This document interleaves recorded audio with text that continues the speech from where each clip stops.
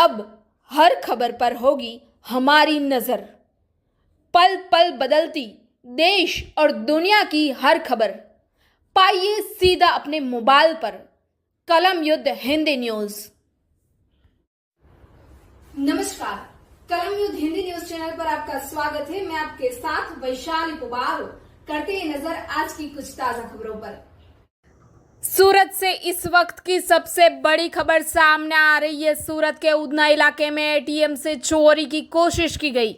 ATM तोड़कर पैसे चुराने के 2 प्रयास हुए हैं। रुपया नहीं निकलने पर चोर भाग गए। बैंक के माध्यम से पुलिस को सूचना देने के बाद सुबह पुलिस मौके पर पहुंची। पुलिस ने सीसीटीवी के आधार पर बाने को बेस्तान स्थित आवास से उठा लिया गया है। आइए जानते हैं भगीरथ सिंह गढ़वी डीसीपी सूरत से क्या कहना चाहते हैं।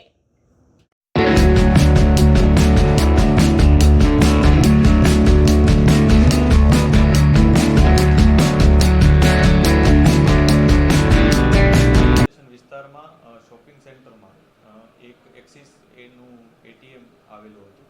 આ એટીએમ સેન્ટર ખાતે રાતના સમયે 2 વ્યક્તિઓએ તેને તોડી અને તેમાંથી ચોરી કરવાનો પ્રયાસ કર્યો હતો।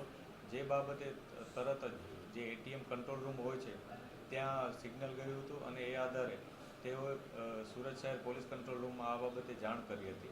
જે જાણ થતાં જ ઉધના પોલીસની ટીમ તરત એના ઉપર કાર્યવાહી કરવા લાગી ગઈ હતી।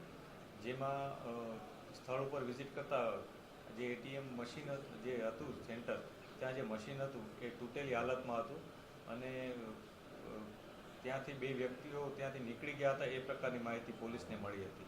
પોલીસે આ બાબતે તપાસ કરતા 2 અજાણ્યા ઇસમોની તપાસ શરૂ કરી હતી, જેમાં આગળ જઈને સફળતા મળી હતી।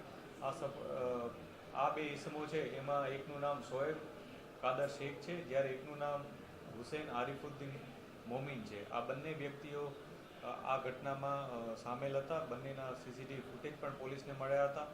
આ બંને આ પ્રકારની ચોરી કરવાનો પ્રયાસ કર્યો હતો, જેમાં નુકસાન પણ કર્યું હતું, જેથી પોલીસે આ બાબતે ગુનો નોંધ્યો હતો।